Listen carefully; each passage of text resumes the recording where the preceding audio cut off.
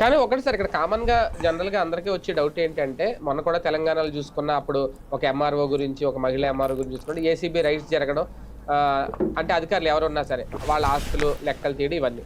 ఇక్కడ ఇంత ఓపెన్‌గా అవినీతి జరుగుతుంది. రోజుకి 20 లక్షలు లంచం తీసుకోరు ఇంత చెప్పినా సరే ఏసీబీ రైడ్స్ లాంటివి ఇలాంటివేమీ ఎందుకు జరగట్లేదు? వాళ్ళకేమన్నా ఎక్స్‌క్యూజ్ ఏమన్నా ఉందా? మీరు చెప్పారు 4 సెపరేట్‌గా? రోజులు పోతే చేస్తారండి. ఏసీబీ రేట్స్ చేస్తే ఎన్ని అవుతాయి అంతేనా? దాంట్లో? ఇప్పుడు బేసిక్ సమస్య ఏంటంటే ఫర్ ఎగ్జాంపుల్ ఒక ఇసుక చూద్దామండి. ఉచితం అని చెప్పి ముఖ్యమంత్రి చెప్తున్నారు. అక్కడ మన కళ్ళెదురుగుండా లారీలు కనబడుతున్నాయి. ఎవరిని తీసుకెళ్ళి లోపలేయాలి నాకు అర్థం కాలే. కళ్ళెదురుగుండా లారీలో 40,000 50,000 అడుగుతున్నాడా లేదా మనల్ని? ట్రాక్టర్ ఇసుక వచ్చేటప్పుడు 10,000 అడుగుతున్నాడా లేదా మనల్ని? ట్రాక్టర్ పట్టుకున్నోడిని అడగాల, లారీ ఎక్కించుకున్నోడిని అడగాల, లేకపోతే వాళ్ళకి పర్మిషన్ ఇచ్చినోడిని అడగాల, తవ్వేవాడిని అడగాల, ఎవరిని అడగాల? ఇందులో వాటా ఎవరికి అంటే ఉంది? కాంట్రాక్టర్‌ని వీళ్ళని అయితే ఏమీ చేయలేం గానీ మరి అధికారుల మీద ఏమేమి చర్యలు తీసుకోవాలి ఇప్పుడు? అధికారం ఉంది కదా. అధికారి ఏమంటాడు, నా దగ్గరికి ఆధార్ పట్టుకొచ్చాడండి ఇచ్చానండి అంటాడు. జీవోలో ఏముంది, ఆధార్ పట్టుకొస్తే ఇచ్చేయని ఉంది.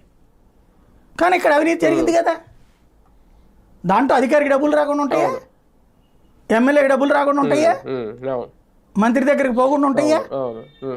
ఇప్పుడు అధికారిని పట్టుకున్నారనుకోండి, రేపు పొద్దున అధికారి మాట్లాడతాడు, అవునండి మాకు చెప్పారంటాడు. ఫస్ట్ రోజున ఊరుకుంటాడు.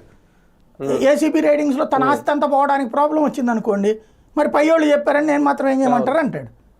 మేబీ ఇప్పుడున్న కొత్త టెక్నాలజీలో శుభ్రంగా రికార్డులు కూడా చేసుకుని ఉండొచ్చు, దాచిపెట్టుకుని ఉండొచ్చు. అంతే. టైం వస్తే చాలా జరుగుతాయి అలాంటివి ఏమైనా జరిగితే మొత్తం బయటకు వస్తుంది. కానీ ఒకటి సార్ మొదటి నుంచి లోకేష్ గారు చెప్పింది, కొంతమంది ఇలాంటి అవినీతి అధికారుల పేర్లు రెడ్ బుక్ లో మేము నోట్ చేసాం, ఆ రెడ్ బుక్ లో ఓపెన్ చేస్తే వీళ్ళందరి మీద చర్యలు తీసుకుంటే ముందు పాలకుల కంటే అధికారుల గురించి ఎక్కువ మాట్లాడారు ఆయన.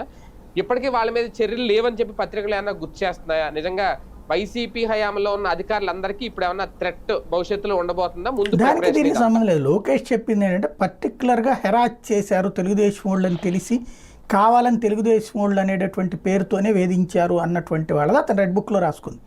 అంతేగాని ప్రతి అధికారిని వైసీపీ అనుకుని చెప్పుకునేటటువంటి అమాయకుడు కాదు.